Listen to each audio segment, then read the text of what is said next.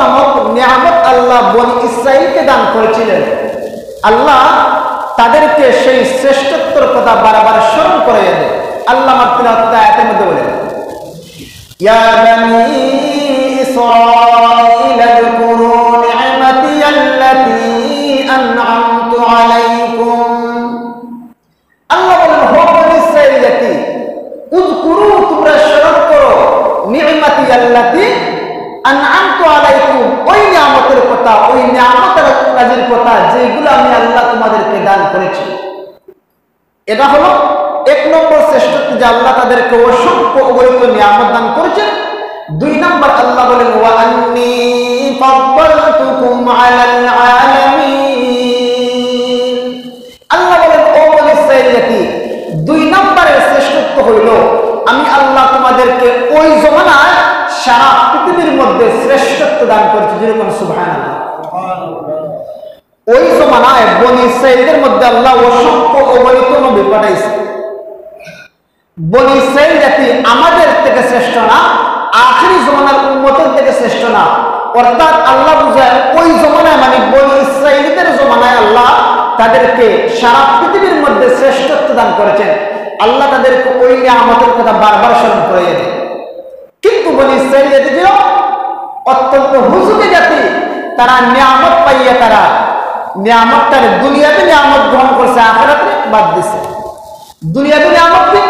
আল্লাহ তাদেরকে টাকা পয়সা দিছে, আল্লাহ দুনিয়ার টাকা অবস্থা তাদেরকে মান্না সালওয়া ফল খাওয়াইছে। এই ফল আমাদের উম্মতে মুহাম্মাদীর কাউকে খাওয়ানো হয় নাই। আল্লাহ সরাসরি বনি ইসরাঈলদেরকে জান্নাত থেকে মান্না সালওয়া ফল তাদেরকে খাওয়াইছে। এটা কি নিয়ামত না? নিয়ামত। এরপর আল্লাহ রাব্বুল আলামিন ময়দানে তিহের মধ্যে 40 দিন মেঘমালা দিয়ে তাদেরকে ছায়া দান করছে। যেরকম সুবহানাল্লাহ, আল্লাহ বনি ইসরাঈল জাতির জন্য পাথর ফাটাইয়া ঝর্ণার পানি বের করে তাদেরকে খাওয়াইছে। যেরকম সুবহানাল্লাহ, এই বনি ইসরাঈল জাতির জন্য আল্লাহ নীল নদের মধ্যে 12টা গোত্রের জন্য 12টা রাস্তা বানাইয়া আল্লাহ তাদেরকে এই নীল নদ পার করাইয়া জালিম ফিরআউনের খবর থেকে মুক্ত করেছে। যেরকম সুবহানাল্লাহ, এগুলা কি নিয়ামত না? আল্লাহ বারবার তাদেরকে স্মরণ করায়, ও বনি ইসরাঈল জাতিরা, আমি আল্লাহ তোমাদেরকে এত নিয়ামত দান করেছি, তবু তোমরা আমার নিয়ামত রাজি পাইয়া তোমরা দুনিয়াকে গ্রহণ করছো, আখিরাতকে ভুলে গেছো। এই যে নিয়ামত আল্লাহ রাব্বুল আলামিন যে নিয়ামতগুলো দান করেছেন, নিয়ামত কোন বস্তু? নিয়ামতটা কি? আল্লাহ বলেন, লা ইন শাকারতুম লা আযীদান্নাকুম ওয়া লা ইন কাফারতুম ইন্না আযাবি লাশাদীদ। আল্লাহ বলেন, বান্দা, আমি আল্লাহ তোমাদেরকে যে নিয়ামত দিয়েছি, তোমরা যদি শুকরিয়া আদায় করো, আমি আল্লাহ তোমাদের জন্য লা আযীদান্নাকুম, আমি আল্লাহ তোমাদের জন্য নিয়ামতকে বাড়াইয়া দেই, বৃদ্ধি কইরা দেই। ওয়া লা ইন কাফারতুম, আর যদি তোমরা কুফরি করো, নাশুকরি করো, অকৃতজ্ঞতা করো, তাহলে ইন্না আযাবি লাশাদীদ, আমি আল্লাহ নিয়ামতের সিনাইয়া নিয়া ইন্না আযাবি লাশাদীদ, তোমাদেরকে শক্ত শাস্তিতে আমি আল্লাহ গ্রেফতার করি। মুআজ্জাজ হাজির, তাহলে নিয়ামত কোন জিনিস আমরা বুঝবো। তাফসীর কারকদের ভাষায়, মুফাসসিরিন হযরতগণের ভাষায় নিয়ামত ওই বস্তুকে বলা হয় যেই বস্তু দ্বারা দুনিয়া প্লাস আখিরাতে সফল হওয়া যায়।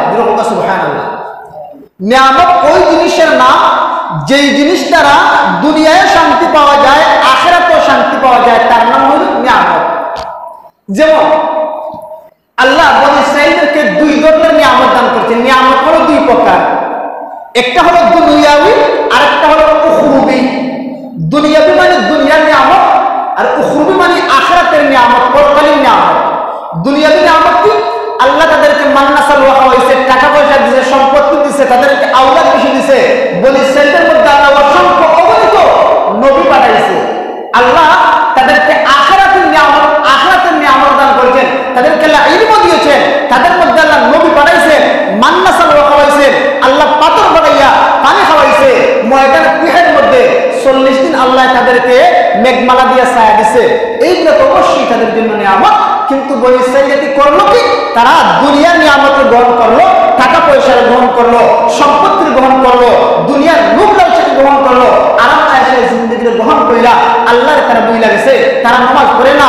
ওই সময় আল্লাহ রাব্বুল আলামিন তাদেরকে আযাব দেওয়ার জন্য সিদ্ধান্ত নিয়ে নিলেন। আল্লাহ তাদের উপর গুসা করলেন, আল্লাহ তাদের উপর রাগান্বিত হলেন। আল্লাহ তাদের উপর আযাব দেওয়ার সিদ্ধান্ত যখন নিয়ে নিলেন, তখন আল্লাহ তাদেরকে বলে দেখানোর জন্য একজন নবী পাঠাইলেন। সেই নবীর নাম হইল হযরত দানিয়েল আলাইহিস সালাম। নামটা কি? দানিয়েল। এই নামটা জীবনে শুনছেন না, নামটা মনে রাখবেন। একজন নবীর নাম দানিয়েল আলাইহিস সালাম। এই নবীর কেমন ফজিলত! এই নবীর লাশটারে 2500 বছর পরে উম্মতে মুহাম্মদীর একজন সাহাবী আবু মুসা আশআরী রাদিয়াল্লাহু আনহু কবরের মধ্যে দাফন করেছেন জানাজা দিয়ে। সুবহানাল্লাহ। সেই নবী আল্লাহর কাছে দোয়া করেছেন, আল্লাহ আমার আখির জামানার উম্মত বানাও। আল্লাহ সেই দোয়া কবুল করলেন না।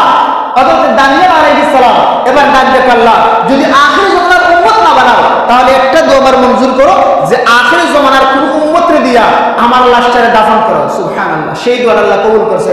আমরা ওইদিকে পড়ে আলোচনা করব। আমার প্রাণের ভাইরা, এই যে বনী ইসরাঈল জাতি, এত হুজুরি জাতি, তারা বিভিন্ন বিষয়ে নবীদেরকে প্রশ্ন করত। নবীদেরকে তারা বিভিন্ন বিষয়ে, ওয়াহিদের বিষয়ে, খানকের বিষয়ে, যেগুলোর কোনো দরকার নাই সেই বিষয়ে প্রশ্ন করত। হযরত মুসা আলাইহিস সালাম উনি আল্লাহর সাথে তুর পাহাড়ে গিয়ে কথোপকথন করতেন, কথা বলতেন। একবার মুসা আলাইহিস সালাম তুর পাহাড়ের মধ্যে যাইবেন, এবার একজন বনী ইসরাঈলের সাথে সাক্ষাৎ। সেটা দেখো, আল্লাহ নবী মুসা, আপনি তো তুর পাহাড়ের মধ্যে যাইবেন, আপনি আল্লাহর সাথে কথোপকথন করবেন, কিন্তু আপনি আল্লাহর কাছে একটা বিষয় জানবেন, আল্লাহ আমার এত ধন সম্পদ দিছে, এত টাকা পয়সা দিছে, আমার সম্পত্তির কোনো অভাব নাই। আপনি আল্লাহর কাছে বলবেন আমার সম্পত্তিটা কিভাবে করব।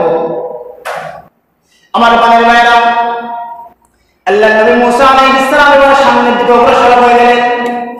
আরেক ব্যক্তির সাথে সাক্ষাৎ হয়ে যায়। ওই ব্যক্তি ডাক দেখো, নবী মুসা, আমার কর্মের মধ্যে দেখেন না ফারাসরা বস্তু করা, ফারাসরা কাপড় করা, আমার ঘর নাই, আমার বাড়ি নাই। আপনি আল্লাহর কাছে বলবেন আমি কি রকম ভাবে সম্পত্তির মালিক হইব, আল্লাহ কিভাবে আমাকে সম্পত্তি দিবেন, কোন ভাবে আমি আল্লাহর কাছে চাইলে আল্লাহ আমাকে সম্পত্তি দান করবেন। আমি অনেক প্রভাবের মধ্যে আছি। আমার পায়ের ভাই, আল্লাহ নবী মুসা যখন সামনের দিকে অগ্রসর হইলেন, এবার তাকায় দেখেন একটা বস্তু মানুষের মতো দেখা যায়, কিন্তু মুখও নাই, পাও নাই, অপরিপূর্ণ একটা বস্তু দেখা যায়, একটা মানুষ দেখা যায়। ওই ব্যক্তি ডাক দেখো, নবী মুসা, আপনি আল্লাহর কাছে কথোপকথন করবেন, আপনি আল্লাহরে জিজ্ঞেস করবেন আল্লাহ আমারে কেন বানাইছে, আল্লাহ আমারে কেন বানাইছে, আপনি আল্লাহকে জিজ্ঞেস করবেন। আমার প্রাণের ভাইরা, হযরত মুসা আলাইহিস সালাম এবার তুর পাহাড়ের মধ্যে চলে গেলেন, আল্লাহর সাথে কথোপকথন করলেন। আল্লাহ এই তিন ব্যক্তির জবাব আল্লাহ মুসা নবীকে জানাইয়া দিয়েছে। সুবহানাল্লাহ।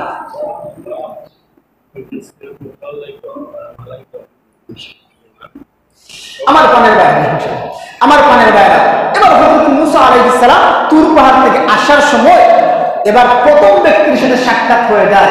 এবার মুসা আলাইহিস সালাম ডাক দেখো, ভাই আমি আল্লাহর কাছে বলেছিলাম, আল্লাহ জানাইয়া দিয়েছে তুমি যদি আল্লাহ নাশুকরি করো তাহলে আল্লাহ তোমার কাছ থেকে সম্পত্তি ছিনাইয়া নেবে, যদি আল্লাহ নাশুকরি করো, আল্লাহর শুকরিয়া আদায় না করো।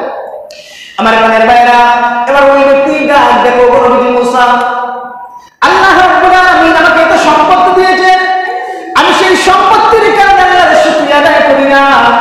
আল্লাহ রাব্বুল আলামিন আমাকে একটা চক্ষু দিয়েছেন, এটা আমার জন্য নিয়ামত। আল্লাহ আমারে জিহ্বা দিয়েছেন, এটা আমার জন্য নিয়ামত। আল্লাহ আমারে সুস্থ রাখছেন, এটা আমার জন্য নিয়ামত। আমার সম্পত্তি খবর পাই তা কোনো প্রশ্ন না, কিন্তু আমি আমার বডির দিকে তাকায়া আল্লাহর নিয়ামতের নাশুকরি কখনো করতে পারি না।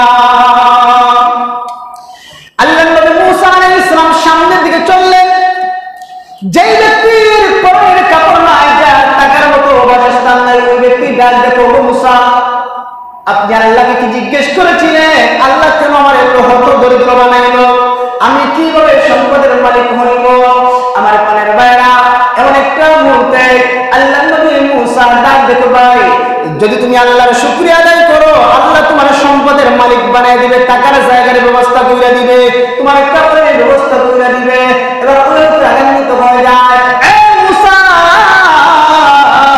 আমার আল্লাহ গরিব বানাইলো, আল্লাহ আমার ধন সম্পদ দিল না, আমার টাকার মতো জায়গা নাই, আমার খাবার কিছু নাই, পড়ার মতো কিছু নাই, আল্লাহ কি আমার দেখছে অমুককে কি আল্লাহ গরিব বানাইতে পারবো না? এরকম দোয়া করা যায়নি, এইরকম দোয়া কখনো করা যায় না।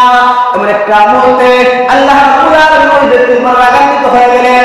এমন একটা মুহূর্তে আমার আল্লাহ এমন একটা বাতাস দিয়া দিলেন, ওই ব্যক্তির যে কুড়ে বলছিল, কুড়ে গড়টা বাতাসে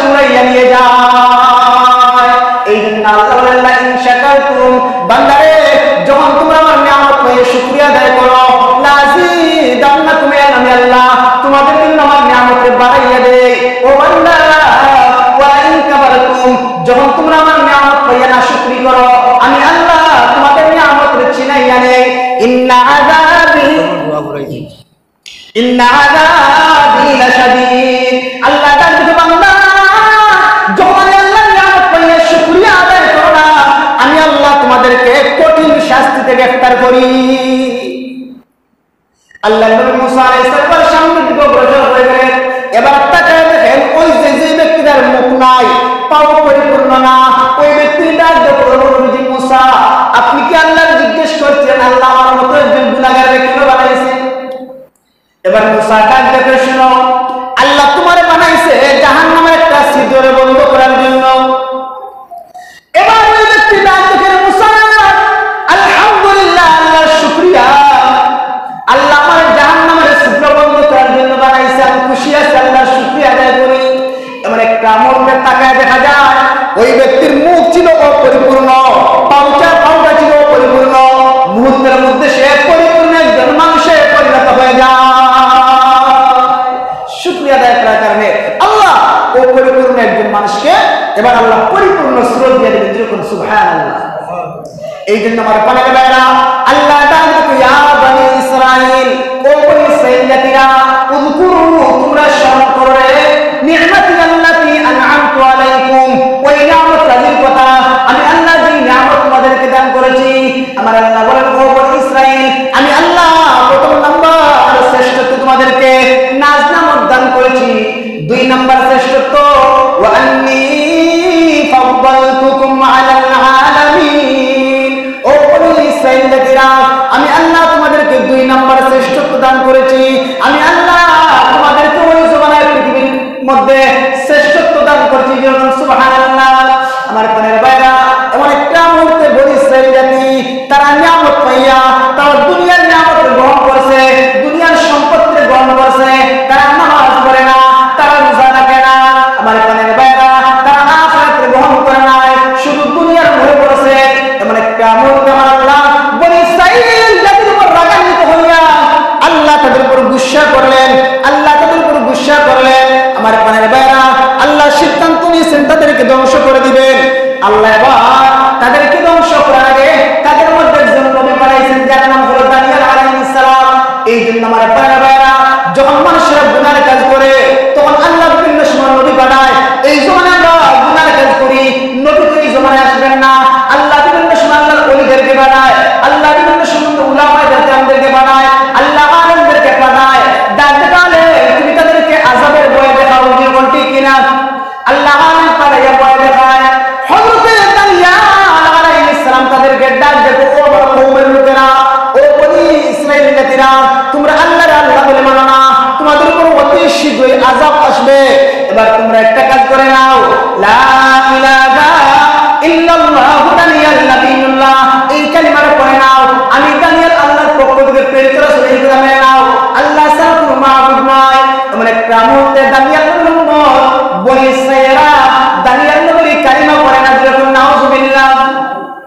এবার আমার আল্লাহ জানাইয়া দিন অবলম্বিত দানিয়েল তাদেরকে জানাইয়া দিন আমি আল্লাহ তাদেরকে আযাবে গ্রেফতার করব, আমি আল্লাহ তাদের উপর শাস্তি নিরূপণ করলাম, আমি আল্লাহ তাদেরকে শাস্তি গ্রেফতার করব।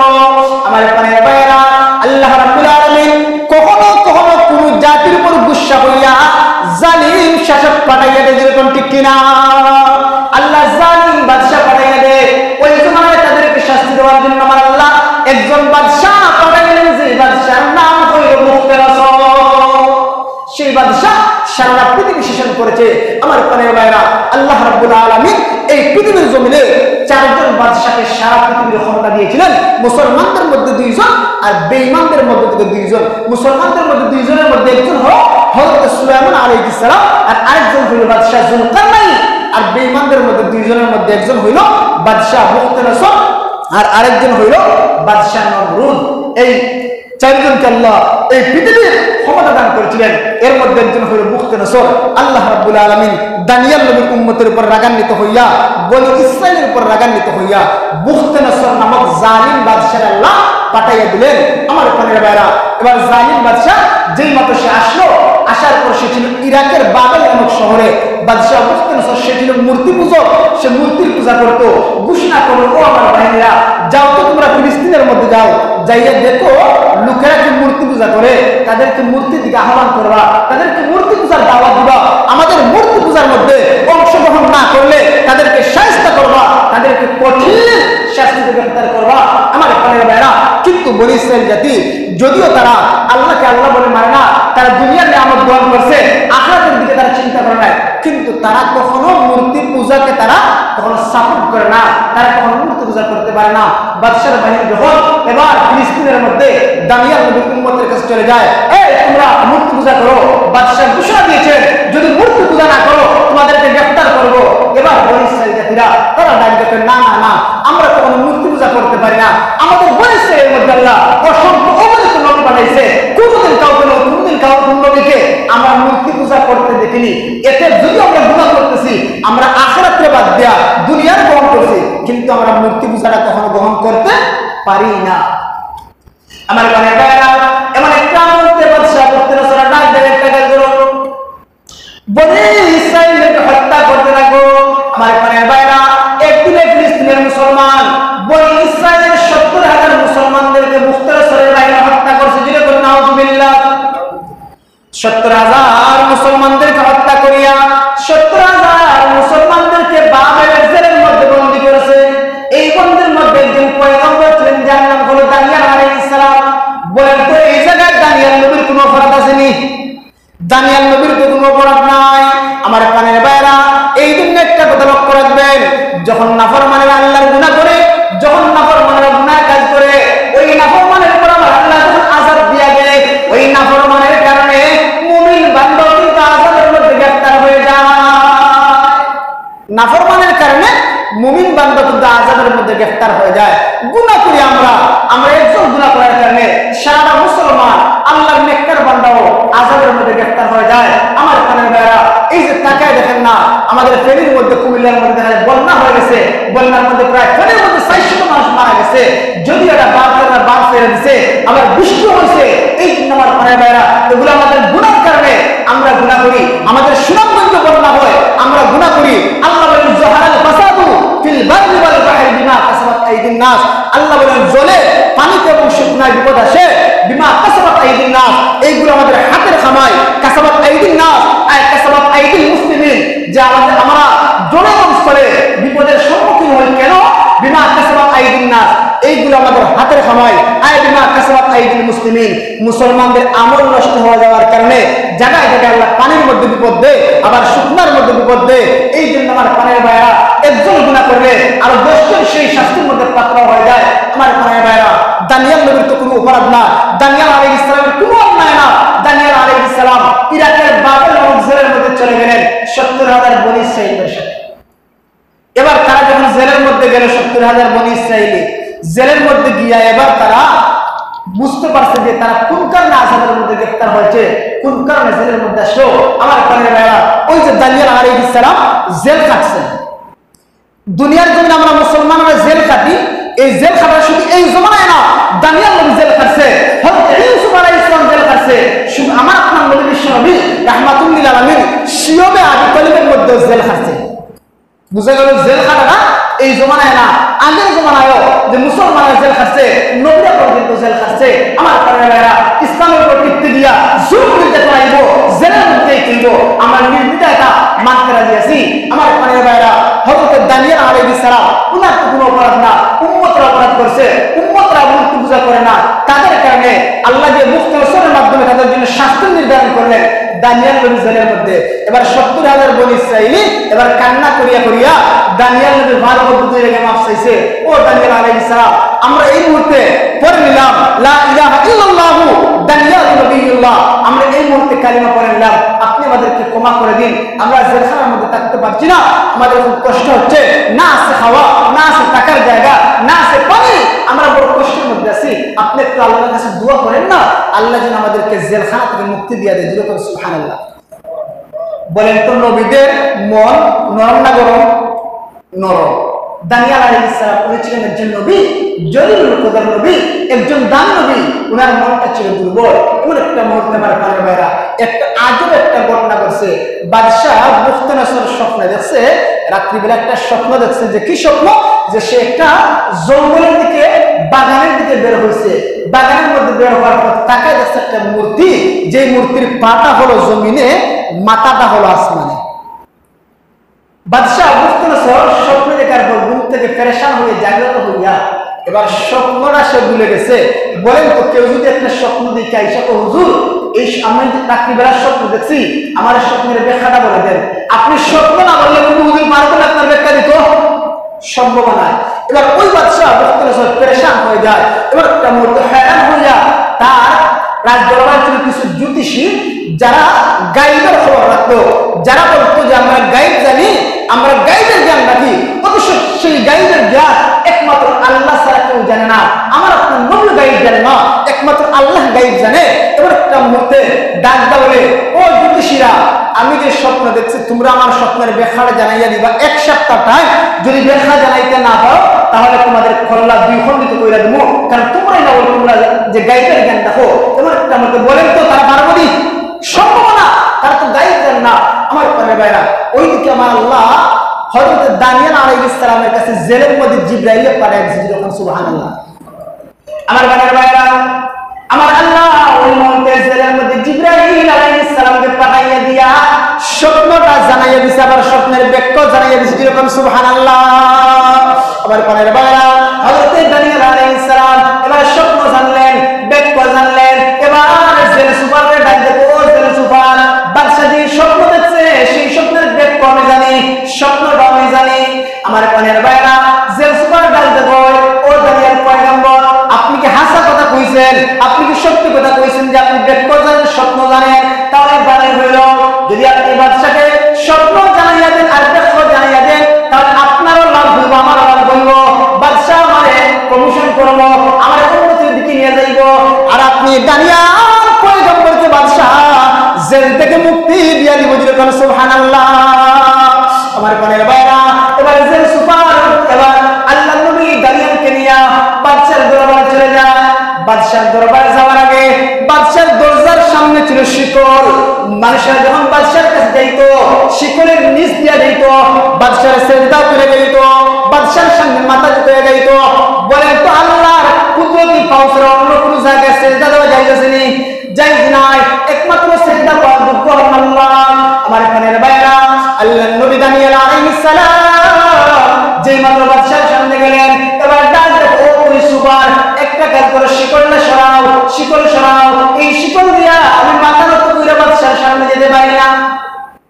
যেই মাত্র শিকল সরানো হলো, এবার বাদশা বুখতানেসর ডাক দেখো, ও দানিয়েল, তুমি নাকি আমার স্বপ্ন জানো, আমার স্বপ্নের ব্যাখ্যা জানো? বলে, হ্যাঁ আমি জানি। আমার প্রাণের ভাইরা, এবার বাদশা ডাক থেকে, দানিয়েল, মানুষেরা যখন আমার রাজ দরবারে আসে, আমার সামনে মাথা নইয়া, মাথা ঝুঁকাইয়া আমার সামনে আসে, তুমি লোহার শিকলটা সরাইয়া আসলে এর কারণ কি? তুমি কি আমাকে ভয় করো না? দানিয়েল আলাইহিস সালাম একজন পয়গম্বর, উনি ডাক দেখো, না না না না, আমি জানিনি আমি কেন আমি লোহার শিকলটা সরাইলাম। যদি আমি লোহার শিকল না সরাই আসি, তাহলে আপনিও মারা যাইবেন, আমিও মারা যাইব। আপনি মারা যাইবেন, আমিও মারা যাইব। কেমনে মারা যাইব? ও বাদশা, এখন যদি আমি লোহার শিকলটা না সরাই আপনার রাজ দরবারে প্রবেশ করি, আল্লাহ যে আমার ইলম দিয়েছে, আল্লাহ যে আমাকে স্বপ্নটা জানাইয়া দিছে, আমার কাছ থেকে আল্লাহ ইলম ওয়াহিটা নিয়ে যাবে। আমি স্বপ্নটা বুঝে শুনবো, আপনার স্বপ্নের ব্যাখ্যা দিতে পারতাম না। আর যদি স্বপ্নের ব্যাখ্যা দিতাম না পারি, আপনি বাদশাহ তো আমার কাটিয়ে কাটিয়ে 2 টুকরা করবা, আমি মারা যাইব। আর যদি স্বপ্নের ব্যাখ্যাটা আপনাকে জানাইয়া দিতে না পারি, তাহলে আপনি খুব পেরেশান হইয়া চিন্তা কইরা আপনি স্টক কইরা মারা যাইবেন। এই জন্য আপনি মারা যাইবেন, আমিও মারা যাইব। আল্লাহ আমার ইলম ওয়াহি দিছে, আল্লাহ আমার সেই জ্ঞানটা জানাইয়া দিছে। এই জন্য আমি যদি আপনার সামনে মূর্তির সামনে আমি যদি মূর্তির সাথে সাপোর্ট করি, আমি তো আপনার সামনে সেজদা দেই, মাথা নত করি, আল্লাহ সেই ইলমটা আমার কাছ থেকে নিয়ে যাইবে। আপনার আমি স্বপ্নের ব্যাখ্যা জানাইতে পারবো না। আমার প্রাণের ভাইরা, বাদশা ডাক দেবে, তাহলে তো ভালোই হইলো। এবার বলো আমি কি স্বপ্ন দেখছি আর আমার স্বপ্নের ব্যাখ্যা কি হতে পারে? আমার প্রাণের ভাইরা, আল্লাহর নবী দানিয়েল আলাইহিস সালাম ডাক দেবো, বাদশা মহারাজ, আপনি স্বপ্ন দেখেছেন আপনি রাত্রিবেলা একটা বাগানের দিকে আপনি তাকায় দেখেছেন ওই বাগানের মধ্যে একটা মূর্তি, যে মূর্তির পাটা হলো জমিনে, মাথাটা হলো আসমানের মধ্যে। আমার প্রাণের ভাইয়েরা, এবার বাদশাহ ডাকতে কহো আমি এই সত্য দেখছি, 100% সত্য বলেছো। আমার প্রাণের ভাইয়েরা, এবার দানিয়েল আলাইহিস সালাম ডাকতে শুধু তাই নয়, আপনি যে মূর্তি দেখলেন এখানেই শেষ নয়, স্বপ্ন আরো রয়ে গেছে। ও বাদশাহ মহারাজ, আপনি যখন মূর্তিটা দেখলেন, আপনি তাকায় দেখছেন এই মূর্তির মাথাটা সোনা দিয়ে বানানো, মাথা দিয়ে সোনা দিয়ে বানানো, মূর্তির বুকটা রূপা দিয়ে বানানো, মূর্তির পেটটা তামা দিয়ে বানানো, মূর্তির উরু দুইটা পিতল দিয়ে বানানো, মূর্তির পায়ের নড়া দুইটা লোহা দিয়ে বানানো, মূর্তির পায়ের পাতাটা মাটি দিয়ে বানানো। আমার প্রাণের ভাইয়েরা, এবার বাদশাহ বুকের সরে ডাক দেখো, তুমি সত্য বলছো। আমার প্রাণের ভাইয়েরা, এবার একটা মুহূর্তে আল্লাহর নবী দানিয়েল ডাক দেখো, বাদশাহ শুধু তাই নয়, এই যে আপনি স্বপ্ন দেখছেন আর আপনি তাকায় দেখেছেন ওই মূর্তির পাড়া জমিনের মধ্যে, মাথা আসমানের মধ্যে, আপনি তাকায় দেখছেন উপর থেকে আসমান থেকে ছোট্ট একটা পাথর মূর্তির উপর পড়ে গেছে। মূর্তির মধ্যে পাথরটা পড়ার সাথে সাথে মূর্তিটা ভেঙে তছনছ হয়ে গেছে। বাদশাহ ডাক দেখো, সত্য বলছো।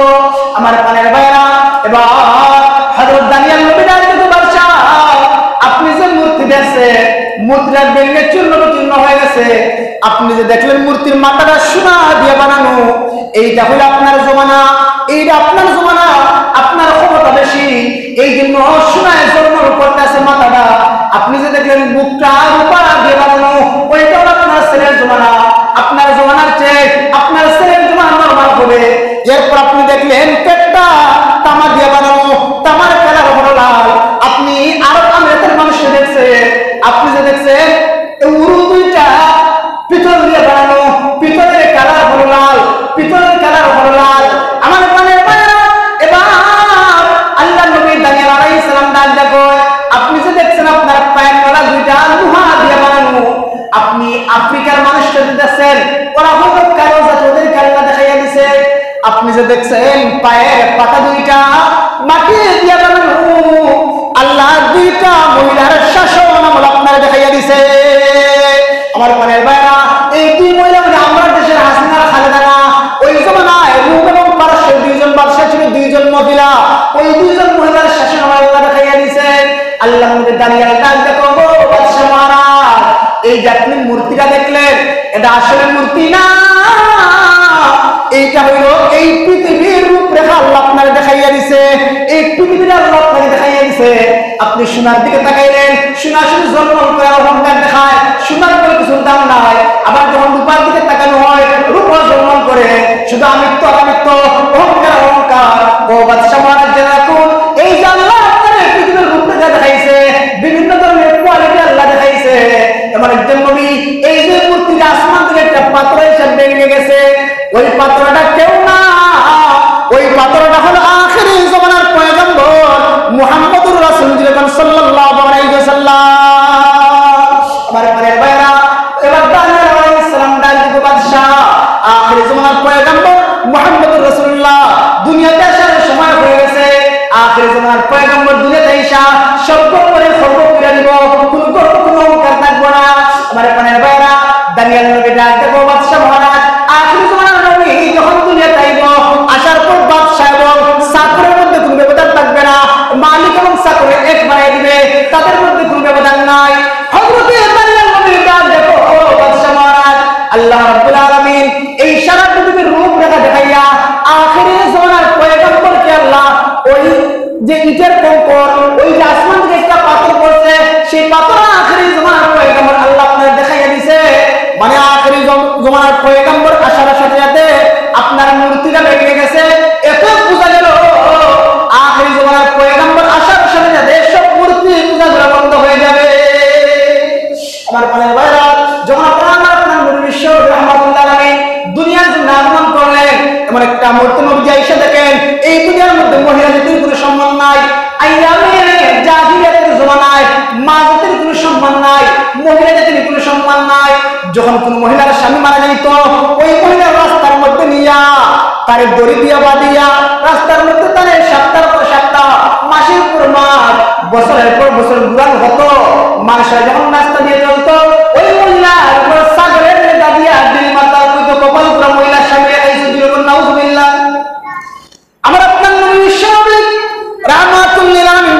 দুনিয়ার জমিনে আসলেন, নবীজি একা আসলেন। নবীজি সারা দুনিয়ার মানুষেরা মূর্তির পক্ষে, আমার আপনার নবী মূর্তির কখনো সাপোর্ট করে না।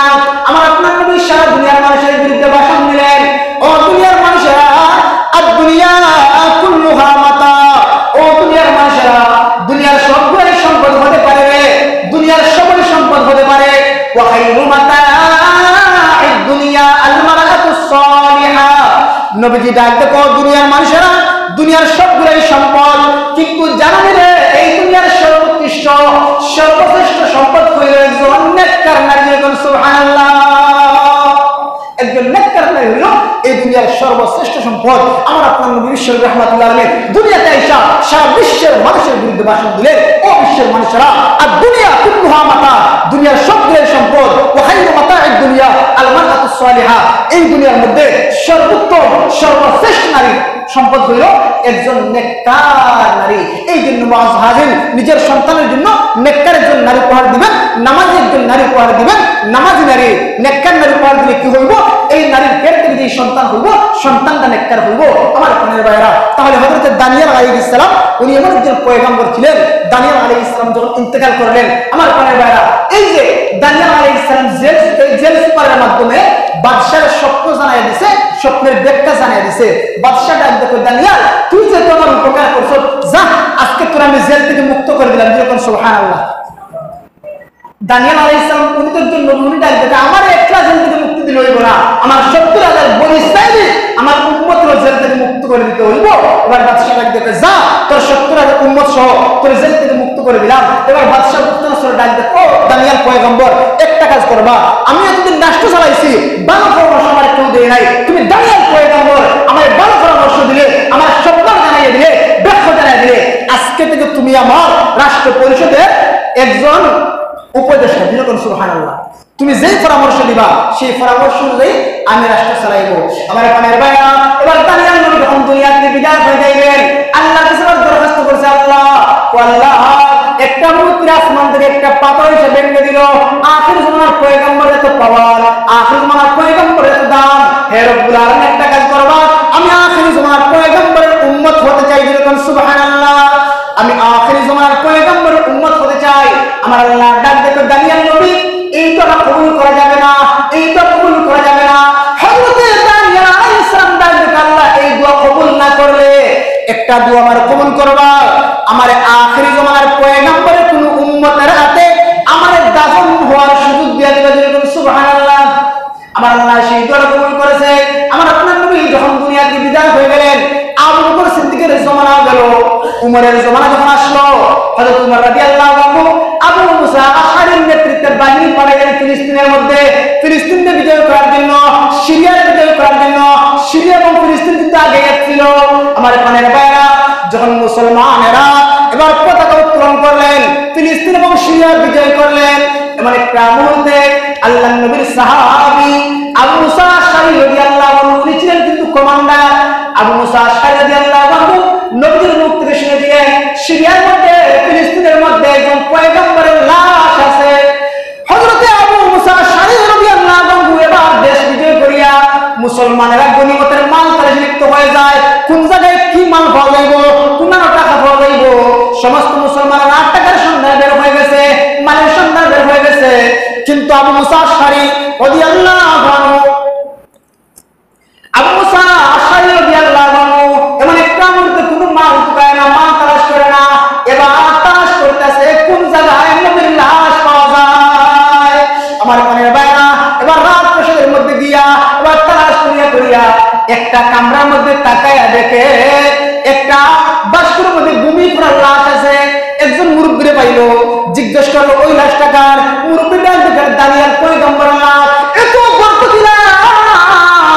যখন বনি ইসরাঈলের মধ্যে যখন কোথাও যখন দুর্ভিক্ষ আসতো, লাশটা বাইরের ময়দানে নিয়ে গেলে দুর্ভিক্ষ চলে যেত। যেরকম সুবহানাল্লাহ।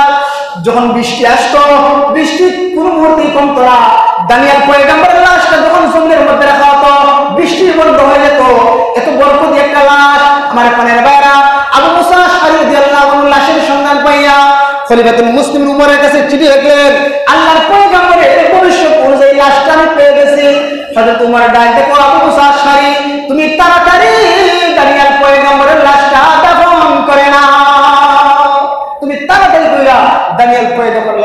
মেরে নাও। আমার প্রাণের ভাইরা, তাফসীরের মধ্যে লেখছেন দানিয়েল আলাইহিস সালাম ইন্তেকাল করছেন আমার আপনার নবী অর্থাৎ উমরের জমানা আসা প্রায় 2500 বছর আগে। আল্লাহ 2500 বছর দানিয়েল নবীর লাশটারে অক্ষত রাখছে এবং কি বরকতপূর্ণ লাশ বানিয়ে দিছে। আমার প্রাণের ভাইরা, হযরত দানিয়েল আলাইহিস সালাম উনি জন্নতুল পয়গম্বর। আল্লাহ ডাক দেয় ইয়া বনি ইসরাইল, ও বনি ইসরাইল জাতিরা, উযকুরু, তোমরা স্মরণ করো, তোমরা ওই নিয়ামত রাজির কথা স্মরণ করো আল্লাতী আনআমতু আলাইকুম, আমি আল্লাহ তোমাদেরকে যে নিয়ামত দান করেছি। আমার প্রাণের ভাইরা, আমার আল্লাহ যে তারা নিয়ামতের শুকরিয়া আদায় না করার কারণে তারা দুনিয়ার নিয়ামত গ্রহণ করলো, দুনিয়ার গ্রহণ করলো কিন্তু আখিরাত গ্রহণ করলো না, যার কারণে আল্লাহ তাদের উপর রাগান্বিত হইয়া তাদেরকে শাস্তি দিলেন। বলেন তো এই যেই কারণে তাদেরকে আল্লাহ শাস্তি দেওয়ার সিদ্ধান্ত নিলেন, এই কারণটা আমাদের মধ্যে আছে কি নাই? আছে। আমরা দুনিয়ার মোহে কইরা আমরা পরকালে বাদ দিয়ে দিছি। আমার প্রাণের ভাইরা, যদি আল্লাহ রাব্বুল আলামিন বনি ইসরাইলে সেই নিয়ামতের কথা স্মরণ করাই দিয়েছে প্রায় 2500 বছর আগে, আল্লাহ 2500 বছর পর আখিরি জামানার পয়গম্বরের কাছে ওই আয়াতগুলোরে, ওই কথাগুলোরে, ওই নিয়ামত রাজির কথারে বনি ইসরাইলকে আল্লাহ উদ্দেশ্য কইরা আখিরি জামানার নবীর কাছে আল্লাহ কোরআনের আয়াত বানাইয়া পাঠাইয়া দিয়া আল্লাহ ডাকবে, ও দুনিয়ার মানুষেরা, আমি আল্লাহ যে এরকম ভাবে বনি ইসরাইলকে নিয়ামত দিয়েছি, তারা নিয়ামতের নাশকরি করেছে, তারা দুনিয়া গ্রহণ করছে, আখিরাতে বাদ দিছে, আমি আল্লাহ তাদেরকে আযাবে গ্রেফতার করছি। তোমরা উম্মত মুহাম্মদ যদি নিয়ামত পাইয়া নিয়ামতের শুকরিয়া আদায় না করো, আমি আল্লাহ তোমাদের সেই পরিণতি করব, তোমাদের কমে আল্লাহ আযাবে গ্রেফতার করব। আমার প্রাণের ভাইরা, তাহলে বুঝা গেল আল্লাহ রাব্বুল আলামিন আমাদেরকে যে নিয়ামত দান করেছেন, এই যে নিয়ামতের বেলায় আমাদের সন্তানগুলো আছে, আমাদের সন্তান আমাদের জন্য নিয়ামত। যেই সন্তান নেককার সন্তান নিয়ামত, যেই সন্তানের দ্বারা আমার দুনিয়ায় ফায়দা হয়, আখিরাতে ফায়দা হয়, সেই সন্তান আমার জন্য নিয়ামত। যেই সন্তান মদ খায়, যেই সন্তান জুয়া খেলে, যেই সন্তান নামাজ পড়ে না, যেই সন্তান বাবার অবাধ্য, সেই সন্তান কখনো নিয়ামত হতে পারে না। আমার কোন সম্পত্তি আমার জন্য নিয়ামত? আমার ওই সম্পত্তি আমার জন্য নিয়ামত যেই সম্পত্তি আল্লাহর মসজিদের কাজে লাগে, যেই সম্পত্তি মাদ্রাসার কাজে লাগে, যেই সম্পত্তি আল্লাহর রাস্তার কাজে লাগে, ওই সম্পদ আমার জন্য নিয়ামত। কিন্তু কোন সম্পদ নিয়ামত না? যেই সম্পদ দ্বারা আমরা টিভি কিনলাম, আমরা এই যে ডিএসএলআর ক্যামেরা কিনলাম গান বানানোর জন্য, আমার প্রাণের ভাইরা, যেই সম্পদ দিয়া আমরা আল্লাহর পথে খরচ করতে পারলাম না, যেই সম্পদ সুদের কাজে বের হইলো, যেই সম্পদটা ঘুষের কাজে বের হইলো, এই সম্পদ কি নিয়ামত? কখনো নিয়ামত না। এই জন্য আগে নিয়ামত কিন্তু আমাদেরকে বুঝতে হবে। যেই টাকাগুলো আমাদের জন্য নিয়ামত, যেই টাকাটা হালাল পন্থা আসছে সেই টাকা আমাদের জন্য নিয়ামত, যেই টাকাগুলো হারাম পন্থা আসছে সেটা কখনো নিয়ামত হতে পারে না। আমার প্রাণের ভাইরা, যেই সন্তান বাবার কথা শুনে নামাজ পড়ে, বাবার অনুগত্য, মায়ের অনুগত্য, মা বাবার কথা ছাড়া চলে না, এরকম সন্তান হলো নিয়ামত। যেই সন্তান বাবার কথা শুনে না, বাবার অবাধ্য, যেই সন্তান নামাজ পড়ে না, যেই সন্তান সারাটা দুষ্ট গুনাহ করতে থাকে, যেই সন্তান মদ খায়, যেই সন্তান জুয়া খেলে, যেই সন্তান গানের আড্ডায় যায়, সেই সন্তান কখনো নিয়ামত হতে পারে না।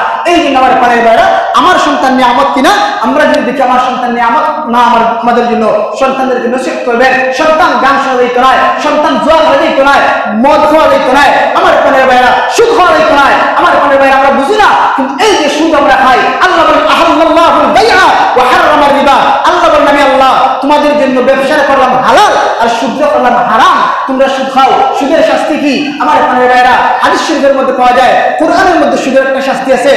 আল্লাহ রাব্বুল আলামিন বলেন যারা সুদখোর কিয়ামতের কঠিন ময়দানেও আল্লাহ সুদখোরদেরকে কিভাবে উত্তোলন করবেন। আল্লাহ বলেন ইয়াতাখাব্বাতুশ শাইতানু মিনাল মাস, যখন সুদখোর হাসরের ময়দানে উঠবে তাকে দেখা যাবে জিনে ধরা রোগীর মতো, পাগলের মতো, মাতালের মতো হাসরের ময়দান থাকবে।